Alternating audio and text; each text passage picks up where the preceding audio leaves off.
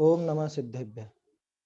मंगलमय मंगलकरण वीतराग विज्ञान नमो ताहि जाते भये अरहंतादि महान। करि मंगल करि हो महाग्रंथ करण को काज जाते मिले समाज सब पावे निज पद राज। मोक्ष मार्ग प्रकाशक ग्रंथराज पर अपनी चर्चा चल रही है कुछ दिनों से। 40-41 लगभग चर्चाएं अपनी हो चुकी हैं और छठे अधिकार तक के जो संशोधन थे उन सब पर हमारी चर्चाएं हो चुकी हैं। लेकिन छठे अधिकार में भी कुछ प्रकरण हैं जिन पर हमको बात करनी है। आखिरी प्रकरण है, उसी के आधार से हमारी चर्चा चलेगी। और चूंकि देखो योग भी कुछ ऐसा बन गया कि हमारा एक बड़ा पर्व नजदीक आ रहा है और चर्चा भी कुछ ऐसी है कि उससे संबंधित बातें, उसके संबंध में जो विकृतियां फैलती हैं या विकृतियां फैली हुई हैं, जो हमारे समाज में या धर्म के नाम पर हमारी क्रियाओं में जो विरूपता आ गई है, उसके संबंध में टोडरमल जी साहब का क्या दिशा निर्देश है, ये सब हमको यहाँ पे छठे अधिकार के माध्यम से जानने को मिलता है। प्रकरण तो है अपना कुधर्म का निरूपण और उसके श्रद्धानादिक का निषेध। 188 पेज से लेके 192 पेज तक का है। ये 5 पेज का छोटा सा प्रकरण है, लेकिन ये पूरे ग्रहीत मिथ्यात्व का बहुत बड़ा आधार है। मतलब ग्रहीत मिथ्यात्व किस तरह से फैलता है इस बात का, है ना। इसके आधार से नहीं होता, इसके आधार से तो छूटेगा। टोडरमल जी जो बता रहे हैं, इसके आधार से तो वो ग्रहीत मिथ्यात्व छोड़ने में, उन पापमय क्रियाओं से, उन विकृत भावों से बचने में तो मदद मिलेगी। लेकिन ये बहुत जानना ज्यादा जरूरी है। देखो देव के मामले में हम बिल्कुल स्पष्ट हो जाते हैं, कुदेव से अपन बच जाते हैं, कुगुरु से अपन बच जाते हैं, क्योंकि ये व्यक्ति हैं, इनसे हमको बचना पड़ता है। ये इनकी एक प्रतिमा है अथवा कोई व्यक्ति है तो अपन उसकी पहचान कर सकते हैं। लेकिन कुधर्म में चक्कर क्या है कि सामने वाला कोई नहीं है, जो कुछ है सब यही है, सब मेरे में भरा हुआ है, सब अपने दिमाग की उपज है सारी की सारी। तो कुधर्म जो बनता है वो कोई व्यक्ति के आधार से या किसी प्रतिमा के आधार से, इनके आधार से चले, ये जरूरी नहीं है ना। ये तो हमारे दिमाग में क्या चल रहा है उसके आधार पर है सारा का सारा। न्याय के हिसाब से बात करें तो जैसे अगर आपने न्याय दीपिका वगैरह या और कोई ग्रंथ पढ़े हों, उनमें आभास शब्द आता है, आभास, जैसे लक्षण और लक्षणाभास। तो वहां परिभाषा देते हैं कि जैसे लक्षणाभास की परिभाषा है, जो लक्षण तो नहीं हो लेकिन लक्षण जैसा लगे उसे लक्षणाभास कहते हैं। ऐसे ही आप किसी की भी परिभाषा बना सकते हैं, जैसे जैनाभास, कि जैन तो नहीं हो लेकिन जैन जैसा दिखे। कैसे कि भाई इसके सरनेम में जैन लगा हुआ है, इसके माँ बाप जैन हैं, तो ये जैनाभास है। टोडरमल जी ने 7वें अधिकार में जैनाभासी मिथ्या दृष्टियों की चर्चा की है, आपको ध्यान हो तो। 7वें अधिकार में जो अपनी चर्चा थोड़े दिनों बाद आएगी, जैनाभासी तो है, दिखता है कि जैन है लेकिन है नहीं। क्यों? क्योंकि जैन धर्म को इसने यथार्थ रूप से ग्रहण नहीं किया। ठीक उसी तरह से अब यहां अपने को जो बात करनी है वो है धर्म से संबंधित। अब जो धर्म तो नहीं हो लेकिन इसने धर्म मान लिया, क्या? जो धर्म नहीं है लेकिन उसको धर्म मान बैठा, वो है धर्माभास। जिसको सीधे शब्दों में कहें तो वो है कुधर्म, है ना। उसे ही कुधर्म कहा है यहां।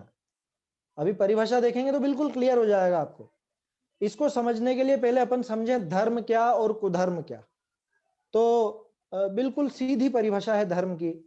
आपने अलग अलग परिभाषाएं पढ़ी होंगी, मैं तो बिल्कुल बेसिक परिभाषा की बात कर रहा हूं जो 2000 वर्ष से चल रही है, जो कुंद कुंदाचार्य ने हमको धर्म की परिभाषा बताई है। प्रवचन सार जी की 7वीं गाथा। क्या है धर्म? चारित्रम खलु धम्मो, चारित्र ही वास्तव में धर्म है।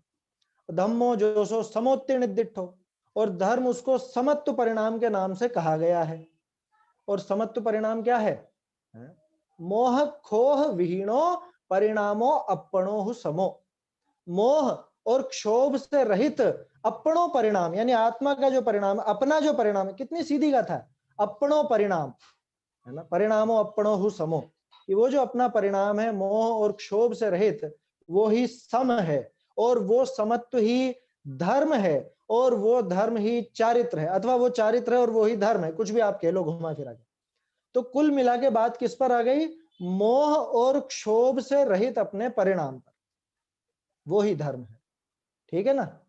माने और सरल शब्दों में करें तो मोह माने मिथ्यात्व और क्षोभ माने कषाय।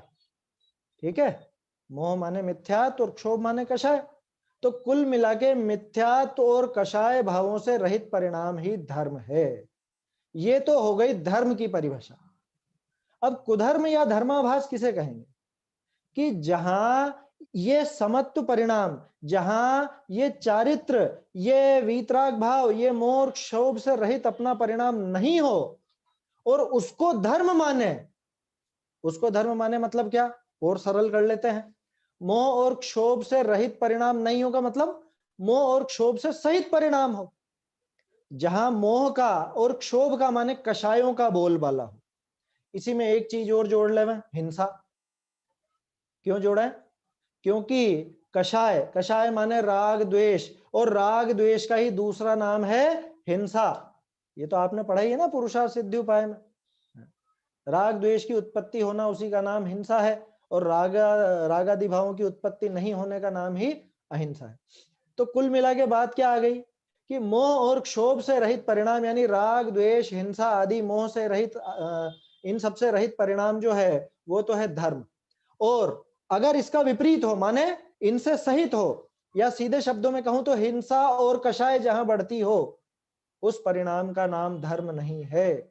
और उसको अगर मैं धर्म मानूं तो ये ही कुधर्म है, ये ही कुधर्म है, और कुधर्म कुछ और चीज नहीं। बहुत से सोचते हैं कि जैन धर्म धर्म है, बाकी सब कुधर्म है। कैसे सिद्ध कैसे करोगे? जैन धर्म तो धर्म, वो सुधर्म, सच्चा धर्म। अपन ये नहीं कह रहे बात गलत है, वो बात बिल्कुल सही है, लेकिन कैसे ये तो समझो। अन्य सब धर्म कुधर्म, तो ये कोई नाम लगाया जा रहा है क्या कि हिंदू धर्म कुधर्म है, वैष्णव धर्म कुधर्म है, ब्राह्मण धर्म कुधर्म है, या अन्य कोई दूसरा धर्म है वो कुधर्म है, जैन धर्म सुधर्म है, ऐसा कहा जा रहा है क्या? ऐसा नहीं कहा जा रहा। यहाँ पे जाति वाचक या संप्रदाय वाचक कोई बात ही नहीं है। यहाँ तो अपने परिणामों के ऊपर बात की गई। क्यों? क्योंकि वस्तु स्वभाव धर्म होता है। वस्तु स्वभाव धर्मो, ये भी तो परिभाषा है ना। आप सब सोचते हो, मैं भी सोचता था कि अलग अलग परिभाषाएं दी, क्या चक्कर है, जबकि ये सबका एक सुमेल है। वस्तु का स्वभाव धर्म है। अब वस्तु का स्वभाव समझेगा तो मोह और क्षोभ से रहित हो जाएंगे अपने आप स्वयं के परिणाम, और मोह क्षोभ से रहित हुआ तो वो चारित्र प्रकट हुआ, उसी का नाम समत्व परिणाम है, उसी का नाम वीतरागता है, वो ही वस्तु का स्वभाव है, वो ही धर्म है। इससे विपरीतता जहां भी आई वो सब कुधर्म है। ठीक है, तो ये तो हो गई धर्म और कुधर्म की परिभाषा। अब टोडरमल जी ने कितना सरल किया हमारे लिए। पहली लाइन में क्या कहते हैं? जहां हिंसादि पाप उत्पन्न हो वह विषय कषायों की वृद्धि हो। यहां तक दिक्कत नहीं है। क्या कहा? हिंसादि पाप उत्पन्न हो और विषय कषाय की वृद्धि हो। बोलो आप रोटी बनाते हो, खाना बनाते हो, उसमें हिंसादि उत्पन्न होते हैं कि नहीं होते? होते हैं।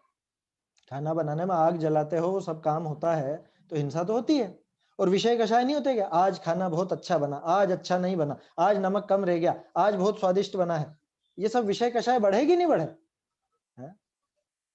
तो फिर वो भी कुधर्म में क्या कि नहीं, इसमें एक बहुत बारीक बात छिपी हुई है। वहां धर्म माने, खास चीज ये है, भोजन बनाने में कुधर्म पना नहीं है। भोजन बनाने में हिंसा का पाप तो है, विषय कषाय तो है, लेकिन वो कुधर्म नहीं है। कब तक? कि जब तक आप उसको धर्म के नाम पे प्रचारित नहीं करते, जब तक आप उसको धर्म नहीं मानते, तब तक। हिंसादि पाप उत्पन्न हो वह विषय कषायों की वृद्धि हो, वहां धर्म माने सो कुधर्म जानना, उसका नाम ही कुधर्म है। कि होना तो ये चाहिए था कि यहां हिंसा न होती, होना तो ये चाहिए था कि यहां मोह और क्षोभ से रहित परिणाम होते, राग द्वेष से रहित परिणाम होते, मिथ्यात्व से रहित परिणाम होते, लेकिन यहां तो उल्टा हो रहा है। और दिक्कत यह है, उल्टा हो वहां तक बहुत बड़ी गड़बड़ नहीं है, वहां मामूली हिंसा का पाप है, लेकिन वहां अगर मैं धर्म मान लूं, क्या अगर मैं उसमें धर्म मान लूं तो फिर वो हो जाएगा कुधर्म। अब समस्या यह है कि हमारे जो पर्व है ना, टोडरमल जी ने देखो कुधर्म के निरूपण का बेस है ये पंक्ति, ये बेस बना इस पंक्ति को, और इसके आधार पे पूरा ये 5 पेज का निरूपण है। किस किस तरह से वो कुधर्म की परिभाषा में सारी चीजें घटित हो जाती है, वो एक एक चीज पर घटित करके दिखाई उन्होंने। कैसे आपकी भक्ति वगैरह सब, आपकी जो हम भक्ति करते हैं वो कुधर्म में चला गया। कैसे आपका दान कुधर्म में चला गया। दान की चर्चा हम कर चुके हैं, है ना। आखिरी चर्चा जो हमारी हुई थी 1 तारीख के दिन, 9 दिन 8 दिन पहले, तब हमने वो बात की थी, है ना। अब तो हमको बाकी का विषय देखना है। तो कैसे ये सारी चीजें हैं, देखो यही क्रियाएं सच्चे धर्म में भी दिखती हैं।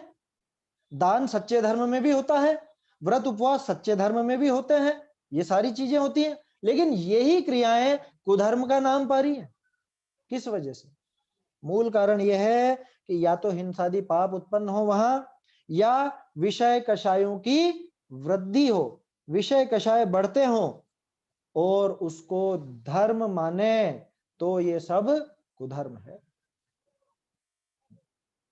ना। अभी जो हमारा प्रकरण चलेगा ये 2-4 दिन, ये अपने को यही विषय लेना है, इसी पर चर्चा करनी है, क्योंकि हमारे अभी बहुत बड़ा एक पर्व आने वाला है और उस पर्व के संबंध में बहुत विपरीतता चलती है। क्या, कौन सा पर्व आने वाला है? देखो बहुत से लोगों के मुंह से सीधा निकलेगा दीपावली, उस पर भी बात करेंगे अपन। दीपावली हमारा पर्व है ही नहीं साहब, हमारा पर्व है वीर निर्वाणोत्सव। उसको दीपावली कहना बहुत बहुत भयंकर काम है, बहुत बड़ी भूल है, भारी भूल है। उस पर चर्चा करेंगे क्रमशः अपन, है ना। अभी सारे ही पर्व आएंगे, सारे जो भी हम पर्व मनाते हैं मानते हैं, या बहुत से फर्जी पर्व, जैसा मैंने हिंट दी थी पहले थोड़े दिन पहले, बहुत से फर्जी पर्व भी शामिल हो गए हैं। पर्व की बात कहां से कर रहे हैं अपन, तो ये तो कुधर्म की बात चल रही। अरे ये पर्वों के मार्फत ये धर्म चलता है। पर्व किसे कहते हैं? गुरुदेव कहा करते थे पर्व एटले मंगल काल, पवित्र अवसर, धर्म के दिवस। तो जिन तिथियों में, जिन दिनों में धर्म बढ़े, जिन दिनों में धर्म का आचरण बढ़े, धर्म को पाने का प्रयास किया जाए, ये उद्यम किया जाए, उन तिथियों को, उन दिनों को, उन विशेष प्रसंगों को, उनको पर्व के नाम से ज्ञापित किया जाता है। उनको पर्व के नाम से जानते हैं, जैसे दशलक्षण है, अष्टानिका है इत्यादि, ये बहुत से हमारे पर्व हैं। क्या करते हैं हम इन दिनों में कि हम धर्म की आराधना करते हैं, बोलते हैं ना अपन धर्म की आराधना के पर्व है ये। तो ये पर्वों की चर्चा इसमें प्रासंगिक है। ये जो कुधर्म का निरूपण है, इसमें ये पर्वों की चर्चा भी पूरी तरह से प्रासंगिक है। इसलिए कोई ये नहीं सोचे कि ये तो कुधर्म का निरूपण करना था, इसमें ये पर्व कहां से आ गए, है ना। वो उसमें जुड़े हुए हैं। और आप सब जो भी सुन रहे हैं यूट्यूब पे या जूम पर, आप सबसे एक निवेदन और है कि आपको अगर कुछ इसमें शंका हो, प्रश्न हो, क्योंकि बहुत सी बातें ऐसी आएंगी जो आप एकदम से चौंकेंगे, या बहुत सी बातें ऐसी आएंगी जिससे आप असहमत भी होंगे, तो आप बिल्कुल खुल करके लिखें, पूछें जो भी पूछना हो। जूम पर अगर हो तो आप लाइव पूछ सकते हैं, और यूट्यूब पर है तो लिख करके पूछ सकते हैं, है ना। जो हमारे ये संचालक हैं इसके, विनीत जी, वो हमको बता देंगे आप कुछ प्रश्न लिखेंगे तो, या कुछ आप लिखना चाहेंगे तो। क्योंकि प्रकरण बहुत ज्यादा समझने का है कि इसमें क्या समझना है, पर्व है और नहीं है कि नहीं। इसमें दिक्कत ये होती है कि हम थोड़ी भी अगर ढील देते हैं ना, तो वो ढील हमारे ग्रहित मिथ्यात्व की पोषक हो जाती है। और टोडरमल जी ने जितना जोर लगाया है ग्रहित मिथ्यात्व को उखाड़ने में, पहले भी मैं बता चुका हूं आपको, चौथा अधिकार अग्रहित मिथ्यात्व के ऊपर प्रहार था, पांचवा, छठा और सातवां अधिकार, ये तीनों ग्रहित मिथ्यात्व के ऊपर प्रहार है। इनमें से भी जो ग्रहित मिथ्यात्व अन्य मत से संबंधित है, वो 5वें अधिकार में बताया, यानी 6 अनायतन वाली बात। और जो 3 मूढ़ता वाली बात है, ये 3 मूढ़ता वाली बात सारी की सारी 6ठे अधिकार के अंदर बताई, जिसमें से कुदेय और कुगुरु का वर्णन पूरा हो चुका। कुधर्म का निरूपण अपन कर रहे हैं, पढ़ रहे हैं यहाँ पे। और फिर जो जैन मिथ्या दृष्टि रह जाते हैं, पढ़े लिखे मिथ्या दृष्टि जैनी, है ना, हम जैसे, उनके लिए 7वां अधिकार टोडरमल जी ने लिया। तो ये सब क्रमशः चर्चाएं चलेंगी, है ना, आप सब उपयोग लगा कर रखें। चलिए, तो बात प्रारंभ करते हैं अपन। तो यहाँ पर मूल जो इसकी पंक्ति है वो ये है कि जहां हिंसादि पाप उत्पन्न हो, वह विषय कषायों की वृद्धि हो, वहां धर्म माने। मेरा छोटा सा प्रश्न है आप सबसे, हमारा पर्व कैसा होता है? हमारे पर्वों में क्या करना चाहिए? मिठाइयाँ बनानी चाहिए या नहीं बनानी चाहिए? हैं?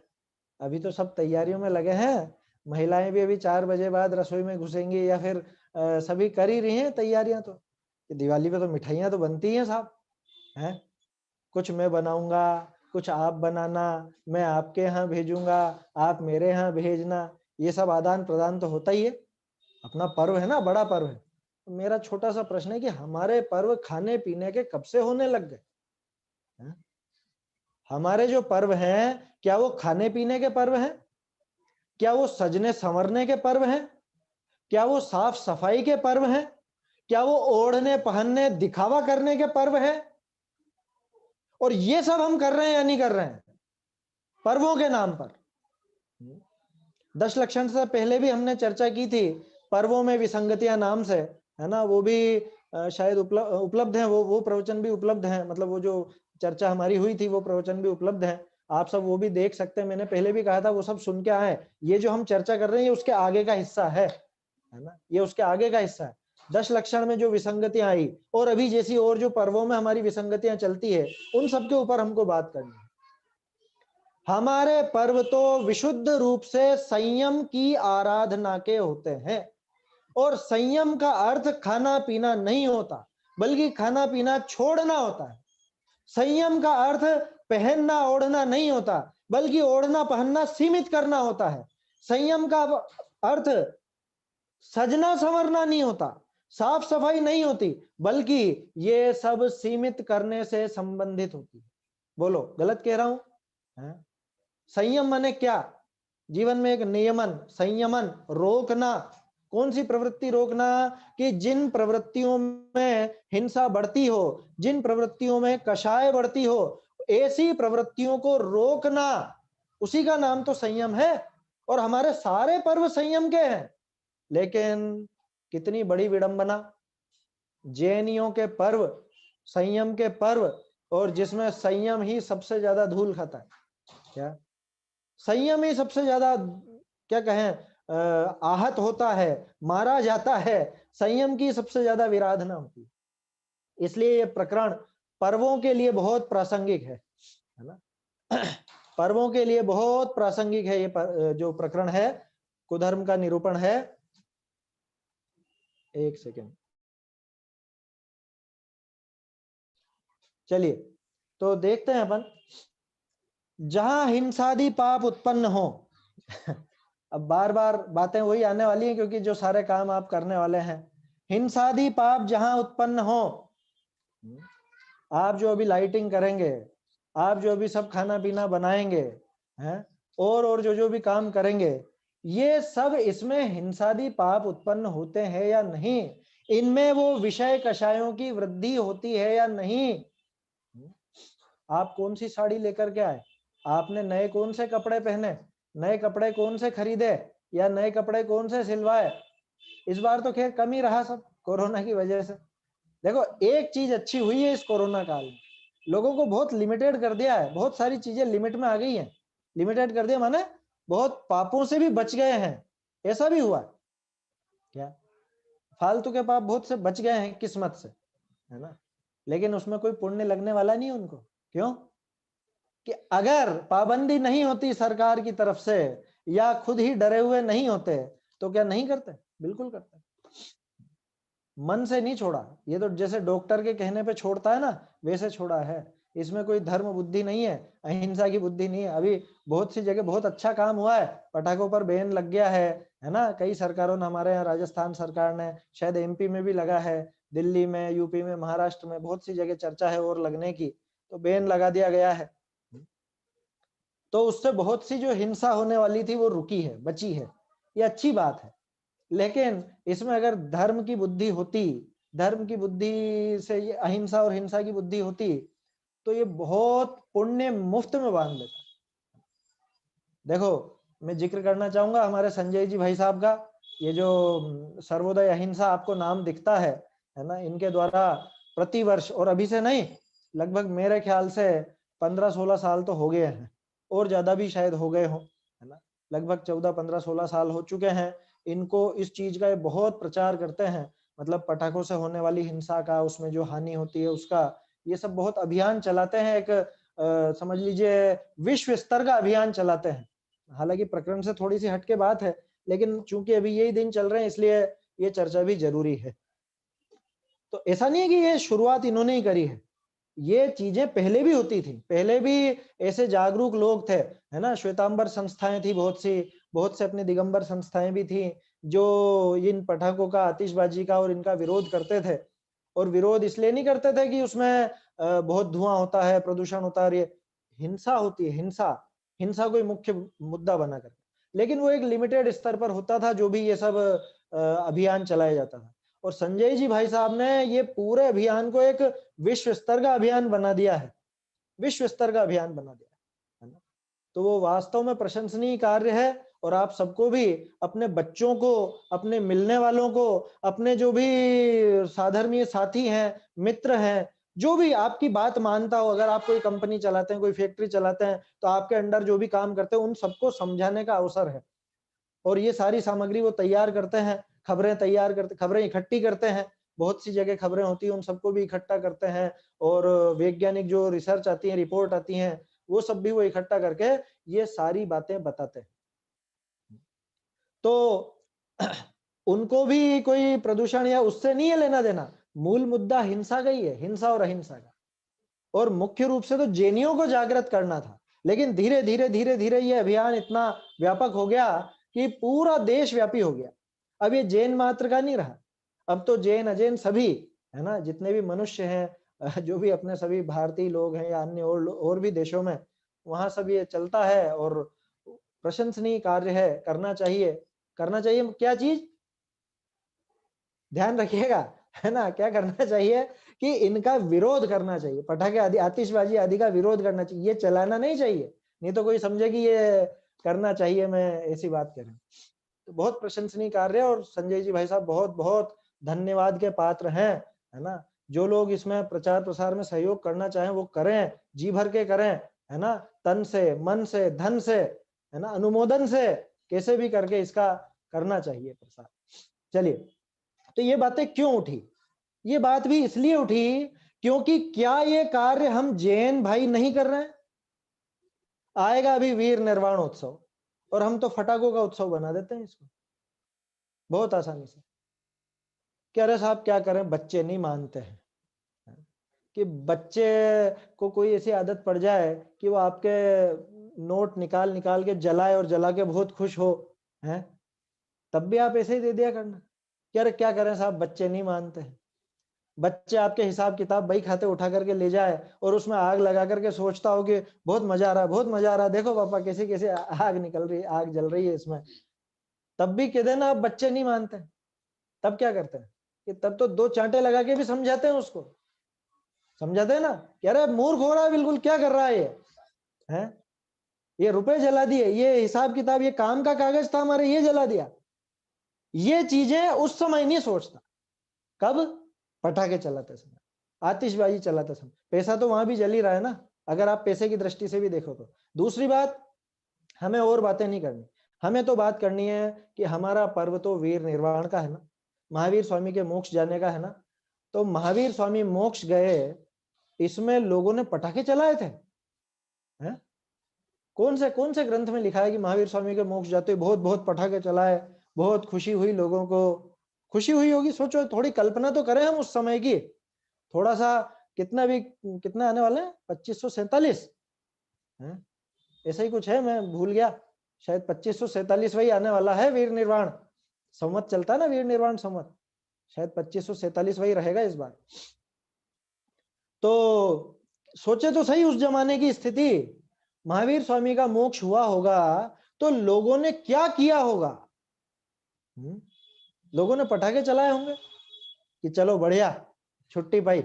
रोज रोज वो उपदेश सुनने जाना पड़ता था, रोज रोज वो 3-3 टाइम उपदेश होता था महावीर स्वामी का, और इतनी इतनी कितनी कितनी देर होता है, 2 घंटे 24 मिनट एक बार का। एक बार का 2 घंटे 24 मिनट है, 3 बार का लगाओ तो 7 घंटे और 12 मिनट। अरे अब थोड़ा ठीक है, शांति रहेगी। क्या मजा आया? लोगों को मजा आया? अरे लोग रोए होंगे, हैं? कितने आंसू बहे होंगे लोगों के कि अरे आखिरी तीर्थंकर चले गए, आखिरी तीर्थंकर, और अब हमारे जीवन काल में कोई दूसरा होने वाला नहीं है। अब तो सीधे कितना 84,000 वर्ष बाद होंगे, हम थोड़े ना उस समय रहेंगे, पता नहीं कहाँ रहेंगे।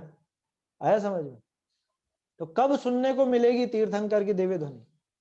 अभी मत कहने लगना कि गौतम स्वामी ने तो कर लिया था ना शाम को ही, इसकी खुशी है हमको। तो कि मतलब तुम्हें तो कुछ भी हो, मिठाइयां खानी और पटाखे चलाने, कुछ भी हो, कोई पैदा हो तो भी हमको तो खुशियां ही मनानी है, और कोई मोक्ष चला जाए, या थोड़ी सी कड़क भाषा में कहूं, कोई, अब महावीर स्वामी वो तो तीर्थंकर थे इसलिए निर्वाण कहते हैं, कोई सामान्य व्यक्ति तो क्या कहते हैं अपन? आयु पूरी होने को क्या कहते हैं? मरण होना।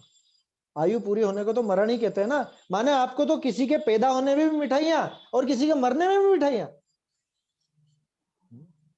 भगवान के लिए ऐसे शब्द नहीं कह सकते हैं, भगवान के लिए तो निर्वाण है, उनका तो निर्वाण हुआ, लेकिन बिछो हुआ ना कुल मिला के। किसी का संयोग हुआ तो भी आप मिठाइयां खाओगे, तो भी पटाखे चलाओगे, और किसी का वियोग हुआ तो भी पटाखे और मिठाइयां। कितनी कितनी हीन वृत्ति हो गई है, या कहें कि कितने हम लालची हो गए हैं, कितने हम क्या कहें, भुक्खड़ हो गए हैं मिठाइयों के। उसमें एक शब्द आता है 24वीं गाथा की टीका में, समय सार जी की 24वीं गाथा, घसमर। घसमर शब्द लिखा आचार्य ने, क्या? रे दुरात्मन आत्मपंसन जही ही सतरण अभ्यवहारित घसमर तया सतरण अभ्यवहारित्वम, ऐसा शब्द लिखा। क्या? कि अरे दुरात्मन आत्मपंसन, आत्मपंसन माने आत्मा का, स्वयं का घात करने वाला, कि स्वयं का घात करने वाले दुरात्मा, तू इसको छोड़। किसको छोड़? कि भुक्खड़ की तरह है, कुछ भी खा लेता, ये मिला ये खा लिया, ये मिला ये खा लिया। सतरण अभ्यवहारित्वम, कि जैसे हाथी ईख घास को एक में एक कर खाता है, वो वाली बात है। सबको मिला मिलू के खा लेता है, कि रबड़ी हो चाहे गोबर हो, तूने सबको शामिल कर दिया और सबको एक जैसा ही समझता है, सबको एक जैसा ही खा लेता है। कि ये छोड़, ये दुरात्मा बना छोड़। मुझे तो बार बार वो पंक्तियां याद आ जाती है, कब? जब देखता हूं ना अपने नामधारी जैनियों को टूट पड़ते हैं जो बफर वगैरह में, या बाजार में पानी पताशे को ठेलों पर, चाट पकौड़ी के ठेलों पर, क्या वो सब हैं घसमर। उनके लिए आचार्य ने लिखा घसमर। ये है घसमरपना, कि जन्म कल्याणक हो तो भी मिठाइयां, निर्वाण कल्याणक हो तो भी मिठाइयां। ये है घसमरपना, इसको कहते हैं घसमर। घसमर शब्द का अर्थ क्या है? भुक्खड़, पेटू, या देशी भाषा में कहूं तो खाउड़िया, जिसको बस खाना खाना खाना और कुछ नहीं। हमारे यहाँ बोलते हैं खाउड़िया बोलते हैं, क्या? इसको खाऊं खाऊं लगा रहता है, कुछ भी इसके सामने आ जाए सब खाना है इसको। और ये पर्वों के नाम पे ये हो रहा है कि नहीं हो रहा है? क्योंकि अभी तो खाने पीने का ही पर्व है साहब, खाने पीने का पर्व है ना। कि हमारा एक भी पर्व खाने पीने का नहीं होता, हमारे सारे पर्व वैराग्य प्रद होते हैं, सारे पर्व संयम दिलाने वाले होते हैं, संयम के प्रेरक होते हैं, संयम की प्रेरणा देने वाले होते हैं। और हम तो ऐसे हैं कि इधर तो भगवान को लड्डू चढ़ाएंगे और इधर फिर बाहर आके लड्डू खाएंगे। क्या आया समझ में? ऐसी प्रवृत्ति है हमारी, ऐसी खोटी प्रवृत्ति कि 10 लक्षण में 10 दिन का उपवास करेंगे और फिर अगले दिन पारना होगा आलू की सब्जी के साथ। ये खोटी प्रवृत्ति है हमारी। और उसके ऊपर सीनाजोरी ये कि हम उसको धर्म के नाम से प्रचारित करें। ये तो धर्म है, हमारा पर्व है, धर्म पर्व है। कि साहब आपने ये लाइटिंग वाइटिंग क्यों करी, आपका मकान क्यों सजा रखा है ऐसा, और ऐसे ये आपने सारी शोबाजी क्यों कर रखी है पूरी? कि हमारा धार्मिक पर्व है। अरे धर्म को क्यों बदनाम करते हो आपके विषय कषाय की पूर्ति में? आप जितना लगाओगे मैं उससे बढ़ के लगाऊंगा, मेरा पड़ोसी उससे बढ़ के लगाएगा, उसका पड़ोसी उससे बढ़ के लगाएगा। ये कहां तक चलेगी? ये परंपरा कहां जाके रुकेगी बताओ आप? कोई अंत है इसका? आपने शादी में 1 लाख खर्च किए, मैं 2 करूंगा, मैंने 2 करे तो आप 3 करोगे, आपने 3 किए तो मैं 4 करूंगा। ये क्या कहां तक जाएंगे? कहां तक पागलपना चलेगा? तो ये बहुत विचारणीय बातें हैं। पर्वों के संबंध में हमें बहुत बातें करनी है ना? और 2-3 दिन यही चर्चा चलने वाली है। पहले टोडरमल जी जो इशारा दे रहे हैं वो सारे हम पढ़ लेते हैं, उसके बाद फिर हर एक पर्व पर अपन घटित करके देखेंगे। जैसे अभी जो पर्व आएंगे, नाम तो ले देता हूं मैं, उसमें क्या सच्चा है और क्या नहीं है उसकी चर्चा अपन क्रमशः करेंगे। जैसे आप में से बहुत से धनतेरस को भी मनाएंगे, बहुत से रूप चौदस भी मनाएंगे, बहुत से दीपावली, है ना? दीपावली आपका नाम, मेरा नहीं, अपन तो वीर निर्वाण उत्सव ही बोलते हैं, वीर निर्वाण उत्सव भी मनाएंगे। किसी ने अभी वो क्या निकला था, करवा चौथ भी मनाया होगा, उसी की तर्ज पे किसी ने सुहाग दशमी मनाई होगी, और कुछ नहीं तो। और उसके पहले किसी ने वो क्या बोलते हैं, अभी क्या निकला था, दशमी, वो विजयदशमी, दशहरा, वो मनाया होगा, या नवरात्रि की पूजा करी होगी, है? 9 कन्याओं को जिमाया होगा, उनको भोजन कराया होगा। अरे ये सब जैनों में घुस चुका है। ये इतनी मतलब सोच सोच के शर्म और दुख की बात है कि हम जैन होकर के, और हमारे पर्व कैसे हैं, हमारे पर्वों का क्या स्वरूप है, हमारे धर्म का क्या स्वरूप है, सब मटिया मेट करने में लगे हुए हैं। क्या स्वरूप है वो तो नहीं समझेंगे, और विपरीत प्रवृत्ति हमने और अपना ली और घुस गए हैं। और बताओ, गुरु पूर्णिमा, मकर संक्रांत, होली, और क्या क्या वो सब ले लेना आप, 10 लक्षण के पहले रोड तीज, और कहीं पे चलती है धासन चौथ, वो ले लेना।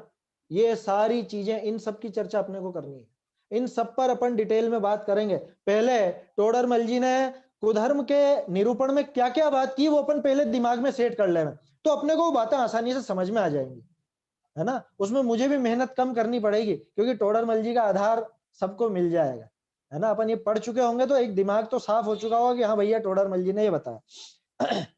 इसमें जो खास खास पैराग्राफ है, मैं उनके ऊपर आपका ध्यान दिलाना चाहूंगा, उन्हीं की चर्चा अपन करेंगे। सबसे पहली लाइन ये सबसे खास है, जहां हिंसादि पाप उत्पन्न हो, वह विषय कषायों की वृद्धि हो, वहां धर्म माने सो कुधर्म जानना। वहां एक एक पॉइंट पे ध्यान दीजिएगा। यज्ञाधिक क्रियाओं में महाहिंसादिक उत्पन्न करें। अब यज्ञ तो हम तो नहीं करते हैं, लेकिन हमारे मत में बहुत से हो गए हैं यज्ञ करने वाले। आग से पूजन, हवन, हवन तो हो रहा है, यज्ञ नहीं है, नाम बदल दिया आपने, हवन नाम दे दिया। आपके आयोजनों में आप हवन करोगे, हैं? शादी ब्याह में पूजाएं होंगी, गृह प्रवेश में पूजाएं होंगी घरों पर, हैं? शादी ब्याह में तो मंडप में ही हो जाएगी, वहीं पे आप आग भी जलाओगे और वो सारा काम करोगे। और कि हम तो पूजा कर रहे हैं किसकी? देवशास्त्र गुरु की, माने आप धर्म का कार्य कर रहे हो। इनको भी पर्वों में शामिल कर लेना, क्योंकि है तो अनुष्ठान ही, पर्वों में भी अनुष्ठान की मुख्यता है और हमारी लौकिक क्रियाओं में भी अनुष्ठान की मुख्यता है। यज्ञाधिक क्रियाओं में महाहिंसाधिक उत्पन्न करे, नोट करते जाइएगा। दूसरा, बड़े जीवों का घात करे, क्या? और इंद्रियों का विषय पोषण करे, ये वहां आएगा यहां भी, और वहां इंद्रियों के विषय पोषण करे। 2 चीजें हो गई। इसके पहले जो बात की थी उसमें हिंसा की मुख्यता थी, पहली लाइन में किस बात की? यज्ञाधिक क्रियाओं में महाहिंसाधिक उत्पन्न करे, बड़े जीवों का घात करे, ये तो हुई हिंसा की मुख्यता। अब विषय कषाय की मुख्यता देखिए, इंद्रियों के विषय पोषण करे, उन जीवों में दुष्ट बुद्धि करके रौद्र ध्यानी हो, तीव्र लोभ से औरों का बुरा करके अपना कोई प्रयोजन साधना चाहे, और ऐसे कार्य करके वहां धर्म माने सो कुधर्म है।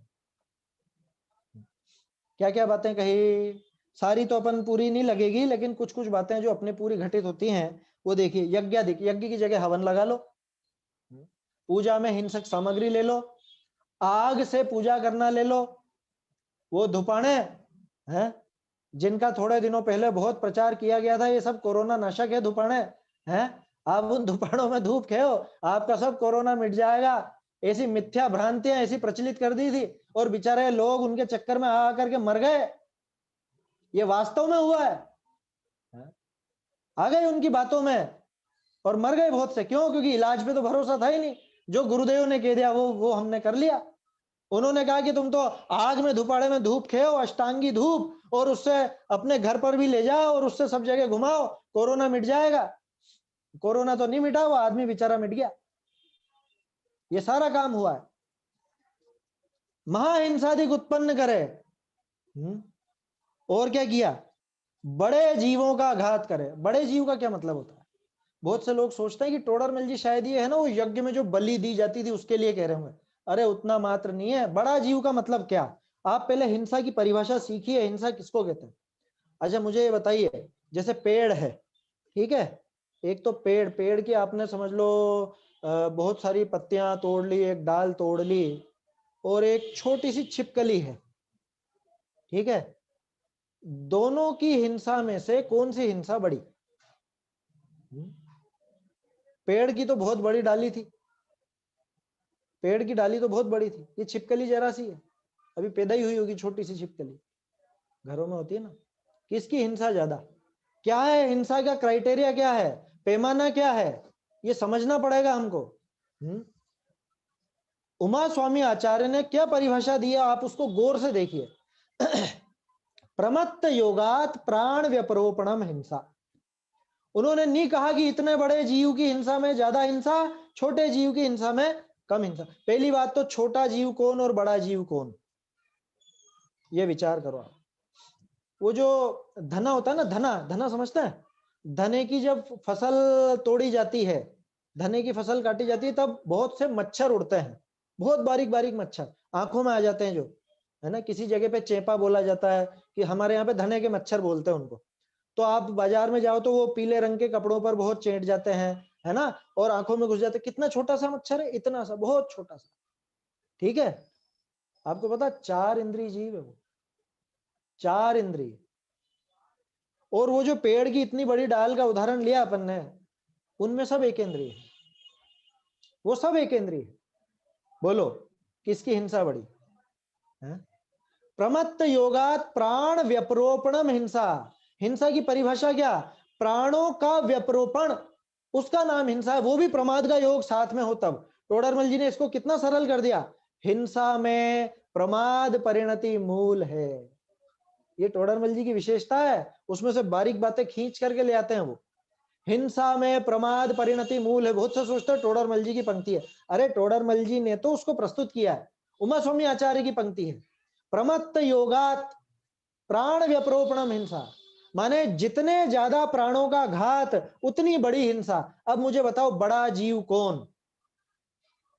वो एकेंद्रीय कमल होता है ना, वो सबसे बड़ी अवगाहना वाले जीवों का आपने वर्णन पढ़ा होगा, 1000 योजन का कमल, वो एकेंद्रीय है क्या? और वो महामत्स्य के कान में रहने वाला शालिसिक्त तंडुल मत्स्य, वो संगी पंचेंद्रीय है। बोलो कितना छोटा सा। या और भी छोटे छोटे हमारे शरीर में भी हमारे आधार से बहुत से जीव रहते हैं इस तरह के। तो कौन सा जीव बड़ा कहलाएगा बताओ? आकार में बड़ा होना बड़े जीव की निशानी, या इंद्रियों से बड़ा होना, ज्यादा प्राण वाला होना बड़े जीव की निशानी? कि जिसके जितने ज्यादा प्राण वो उतना बड़ा जीव। तो अब इस लाइन को पढ़ो, बड़े जीवों का घात करे। अब आपने वो जो आग जलाई, हवन किया, धूपाना वगैरह वो सब किया, उसमें कौन कौन से जीव मरते हैं? उसमें एकेंद्रीय जीव मरते हैं, एकेंद्रीय तो होंगे। वो जो जो भी है कोई पेड़ की जो भी छाल वगैरह होगी तो उस समय मरे होंगे, अभी तो सूख गई। और कौन जीव मरते हैं उसमें?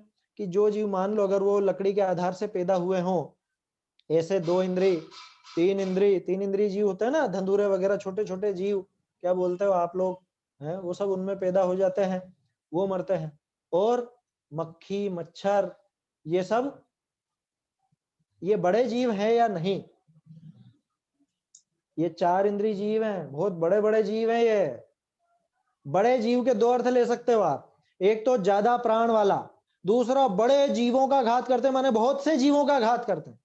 अब हमारी क्रियाएं आप देख लो, 10 लक्षण में जो हमारे संयम के पर्व हैं, उन दिनों में कितनी हिंसा होती है। या अभी यह जो काल चल रहा है दीपावली की साफ सफाई का काल है नहीं हो रही क्या सभी जगह साफ सफाई? साफ सफाई तो खैर इसलिए भी करनी पड़ती है कि वर्षा काल निकल गया तो जीवों की उत्पत्ति बहुत ज्यादा हुई है, तो अब धूप तेज भी रहती है तो थोड़ी साफ सफाई हो जाती है इस बहाने से। लेकिन ये पक्का मानना वो सारी आरंभिक हिंसा है, वो सारी की सारी हिंसा है। ऐसा नहीं है उनसे उसमें हिंसा का पाप नहीं लगेगा। अब उसमें वो जो बड़े जीव मरते हैं, चलो साफ सफाई को तो हम धर्म का नाम नहीं देते, लेकिन पर्वों के निमित्त से जो कुछ भी करते हो आप, और उसको तो धर्म का नाम देते हो ना। वो साज सज्जा, वो सजावट, और तो क्या कहें, अभी आप दिए दीपक जलाओगे बहुत से लोग, ये सब क्या है? इसमें बहुत जीवों का घात नहीं है? उस अग्नि में मक्खी, मच्छर, पतंगे, छोटे छोटे कीड़े हैं, मकोड़े, चींटियां वगैरह, ये जो भी, और वो जो तेल वगैरह रहेगा दिएगा, उस तेल के आधार से बहुत सी चींटियां आएंगी, आती है ना, तेल पीने चींटियां आती है, कॉकरोच आते हैं, और उन सब की भी मृत्यु होगी।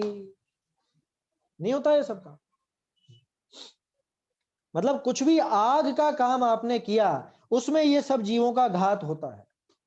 कुछ भी आपने, समझ लीजिए आज के जमाने में आग की जगह लाइटों का काम बहुत ज्यादा हो गया, और कुछ लोगों के दिमाग में भ्रांति फैली हुई है कि ये जो एलईडी होती है ना, एलईडी, एलईडी में लाइट मतलब जीवों का घात नहीं होता। साहब, कि आप कहां से ले आए परिभाषा ऐसी कि एलईडी में तो जीवों का घात नहीं होगा और सीएफएल में जीवों का घात होगा? ये कहां से लेकर के आगे परिभाषा? एलईडी बल्ब की कह रहा हूं, अगर कोई समझ नहीं पाया हो तो। एलईडी बल्ब लगते हैं, कम वाट के होते हैं। हाँ, ये जरूर आप कह सकते हो कि भाई पहले हम 40 वाट का बल्ब लगाते थे, अब ये 7 वाट में काम हो रहा है, तो इतनी हिंसा तो बच रही है, इतना तो कह सकते हो। लेकिन इनमें जीवों का घात ही नहीं होता, ये भ्रम में हुआ। ऐसे तर्क बहुत सी जगह, ऐसी जगह दिए जाते हैं जहां पे बहुत सी मंदिरों में शोभा करी जाती है ना।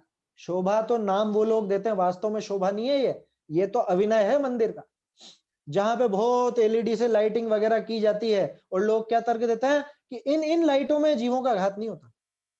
कि अच्छा, आचार्य देव आपको कान में बता करके गए थे कि ये वाली लाइटों में जीवों का घात नहीं होगा? ये लाइटें बिना हिंसा के बन गई, ये लाइटें बिना हिंसा के जल जाती हैं, बिना बिजली के जल जाती हैं, फिर कैसे कहते हो आप? और इनमें मच्छर नहीं आते हैं क्या? मच्छर तो इनमें भी वैसे ही आते हैं। हाँ, इतना है कि ये वैसी गर्म नहीं होती है हेलोजन जैसी, तो हेलोजन में तो उसके पास जाते ही मर जाते थे, इसमें पास जाने पे मरते नहीं है, लेकिन थोड़ी देर बाद जब आप लाइट बंद करोगे या कुछ भी करोगे, फिर मर के जब नीचे गिरेंगे वो कीड़े मकोड़े, रात भर आप लाइटें चलाओगे, और उसके बाद जब वो कीड़े मकोड़े मरेंगे, आप ईर्ष्या समिति से तो चलने वाले हो नहीं, वो मरते हैं या नहीं मरते? ये सारी चीजों पर गंभीरता से हमको विचार करना चाहिए। यज्ञ आदि क्रियाओं में महाहिंसादि उत्पन्न करे। हवन ले लेना आप, सारी सारी चीजों के हवन ले लेना। शादी ब्याह का हवन हो, गृह प्रवेश का हवन हो, या कोई भी हवन हो, हवन जैन धर्म से पूरी तरह विरुद्ध है, पूरी तरह विरुद्ध। आप कह सकते हो कि साहब बहुत सारे ग्रंथों में तो मिलता, कि भट्टारक कालीन, भट्टारिक युगीन ग्रंथों में मिलेगा, मूल आचार्यों के ग्रंथों में आपको इस तरह की चीजें देखने को नहीं मिलेगी। और अगर आप उस स्तर पर बहस करना चाहते हो तो मैं उस स्तर के लिए भी तैयार हूं। हमने वो चीजें भी निकाली है कि कहां पर कैसे मिलावट की गई है, क्योंकि शास्त्रों में मिलावट कैसे होती है ये हमने खूब अच्छे से देखा है ना। मैं अभी उन शास्त्रों के नाम नहीं लेना चाहता हूं, लेकिन कभी अगर आपको ऐसा चर्चा करने का मन हो तो कर सकते हैं। चलिए, यज्ञादि क्रियाओं में महाहिंसादिक उत्पन्न करे, बड़े जीवों का घात करे। क्या कितनी कितनी चर्चा करें? हमारी कोई भी क्रिया हो, चाहे लौकिक हो चाहे धार्मिक हो, व्यर्थ में हिंसा होनी ही नहीं चाहिए। चाहे, क्योंकि अब ये देखो दो ही चीजें सामने नजर आती हैं, शादी ब्याह में वो फेरों के समय, एक वो गृह प्रवेश के समय, और भी कोई याद आती हो आप लोगों को तो बता देना है। मुझे तो ये दो ही ज्यादा ख्याल में आते हैं लौकिक कार्य, जिनमें भी ये घरों पर और ये पूजा कर लेते हैं लोग बाग, और हवन कर लेते हैं, बहुत बहुत चीजें करते हैं। बड़े जीवों का घात करे और इंद्रियों का विषय पोषण करे। क्या होता है इंद्रियों का विषय पोषण? माने क्या? क्या है इंद्रियों का विषय पोषण? सिर्फ खाना पीना? अकेले खाना पीना इंद्रियों का विषय पोषण नहीं है। इंद्रियां कितनी है? 5। पांचों पे लगाओ ना। स्पर्शन इंद्रिय का विषय पंखा, कूलर, एसी, हीटर। अब ये सब चीजें मंदिरों में भी आने लग गई। अपने धार्मिक स्थलों पर भी आने लग गई क्या, है ना। बहुत से लोग नाराज भी हो रहे होंगे या किसी को मन में बहुत पीड़ा भी हो रही होगी, लेकिन ये चीजें समझ लीजिए आप, क्या ये धर्म के स्थान है, इनका विनय बहुत जरूरी है। धर्म के स्थान पर अधर्म की, हिंसा की पोषक वस्तुएं किसी भी रूप में स्वीकृत नहीं की जा सकती। आया समझ में। और अपन किसी को कोई सर्टिफिकेट नहीं दे रहे हैं, ये तो आप अपना विवेक लगाइए, स्वयं खुद का विवेक लगाइए।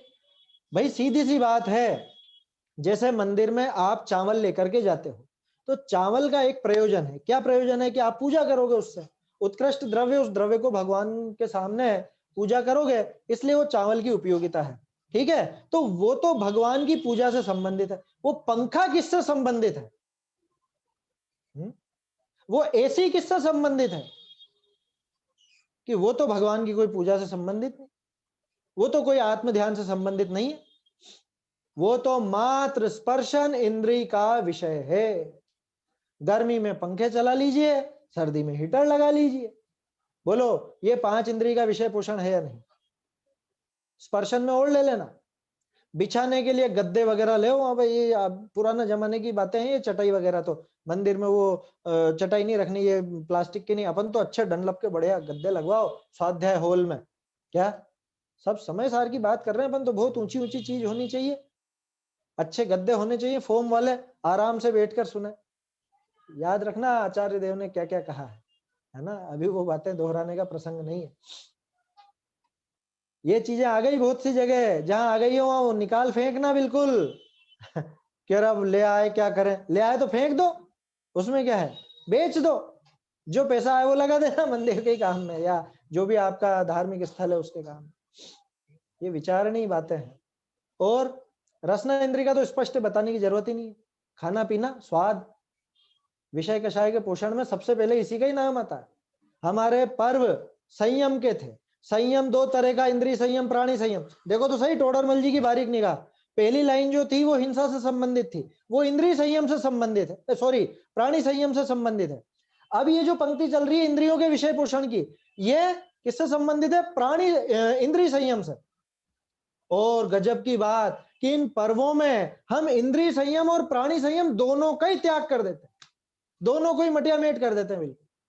न इंद्रिय संयम का पालन हो रहा है, न प्राणी संयम का पालन हो रहा है। और क्या होता है? घ्राण इंद्रिय, सभी सजते संवरते हैं, परफ्यूम इत्र वगैरह, क्रीम पाउडर वगैरह, खुशबू आनी चाहिए थोड़ी, मंदिर में जाए तो लोगों को लगना चाहिए हाँ कोई आया है? अरे तुम वहां क्या करने जाते हो भाई? वहां दर्शन करने जाते हो कि दर्शन कराने जाते हो? ये विचारणीय बातें हैं, ये हमको गंभीरता से सोचनी चाहिए। कई बार तो 10 लक्षण में अगर थोड़े लेट हो जाओ, मैं तो अक्सर क्या करता हूँ, बिल्कुल जब कोई नहीं रहता तब चला जाता हूँ आराम से, और शांति से बिल्कुल जो भी अपने को करना है, दर्शन पूजन स्तुति जो भी आपको करना वो करके आ जाता हूँ। अब कभी मान लो लेट हो गए और दूसरे लोग आने लग गए, तो फिर तो बहुत ध्यान भटकता है। क्यों भटकता है? कि अब कोई नया व्यक्ति आ रहा है, वो कुछ लगा करके आएगा, फिर कोई और आ रहा है, फिर कोई महिला आ रही है, ये क्या है? ये ध्यान भटका रहे हो, वहां पे अंतराय कर्म बांध रहे हो मंदिर में। अगर इस तरह से जाते हो तो भयंकर अंतराय बांध रहे हो। अन्य क्षेत्रे कृतम पापम धर्म क्षेत्रे विनश्यति, और धर्म क्षेत्रे कृतम पापम वज्र लेपो भविष्यति। कि दूसरी जगह आप शादी ब्याह में लगा के जाओ वो सब चीजें, उसमें इतना पाप नहीं, पाप तो है इतना नहीं है, लेकिन अगर वही काम आप धर्म क्षेत्र में कर रहे हो तो वो तो वज्र लेप है। अब कहां पे छूटोगे उस पाप से? इसलिए बहुत सतर्कता की आवश्यकता है।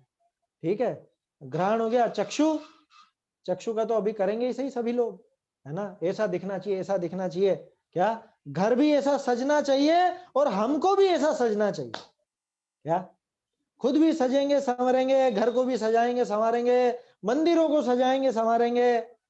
क्यों? कि अरे हमारे 24वें तीर्थंकर का इतना बड़ा पर्व है, तो क्या मंदिर को नहीं सजाएंगे? हाँ भैया सजाओगे तो सही, कैसे सजाओगे लेकिन? है हिंसक सामग्रियों से। और सजा किसके लिए रहे हो ये तो बताओ? है? कि तो क्या सजावे नहीं क्या मंदिर को? अरे ये विषय चलने दो, अभी चर्चा करेंगे सजाएं कि नहीं सजाएं, कैसे सजाएं, ये सारी बातें आएंगी। लेकिन ये प्रश्न भी दिमाग में उठना जरूरी है। ठीक है ना, समय तो हो गया है अपना, तो चक्षु का भी अपन ने देखा, कर्ण, संगीत वगैरह सब बजते ही हैं सभी जगह। तो विषय कषाय का पोषण, इंद्रियों के विषय पोषण करे क्या? उन जीवों में दुष्ट बुद्धि करके रौद्र ध्यानी हो। ये पैराग्राफ पढ़ लिया है अपन ने, इस पैराग्राफ को आप अच्छे से देखें, और है ना, इसके आगे तो दान का प्रकरण है, वो अपन नहीं देखेंगे, उसके आगे बढ़ेंगे कल इस पे भी और चर्चा बाकी है, अभी इस पैराग्राफ पे भी चर्चा बाकी है, लेकिन चूंकि समय हो गया है, अभी जल्दबाजी नहीं करना चाहता मैं। इस पैराग्राफ की जो 2-3 लाइनें हैं उन पे और चर्चा हम करेंगे। कुल मिला के बात यह है कि पर्व जो संयम की आराधना के होते हैं, पर्व जो संयम की सीख देने वाले होते हैं, और उनमें हम विषय कषाय का पोषण करें, हिंसा का पोषण करें और उसको धर्म का नाम दें, पर्व का नाम दें, ये बहुत बड़ी विसंगति है, ये कुधर्म है, ये ग्रहीत मिथ्यात्व है जो टोडरमल जी छुड़ाना चाहते हैं। तो हमें इससे बचना है। ये चीजें बहुत अच्छे से हम समझने का प्रयास करेंगे, कोशिश करेंगे ये सारी बातें हमको समझ में आए और हम सही तरह से इन पर्वों का स्वरूप समझें, है ना। आगे का विषय अपन कल देखें। निज निधि निज में बताई यह अनंत उपकार है, इसके लिए जिन वाणी माँ को वंदना शत बार है, वंदना शत बार है।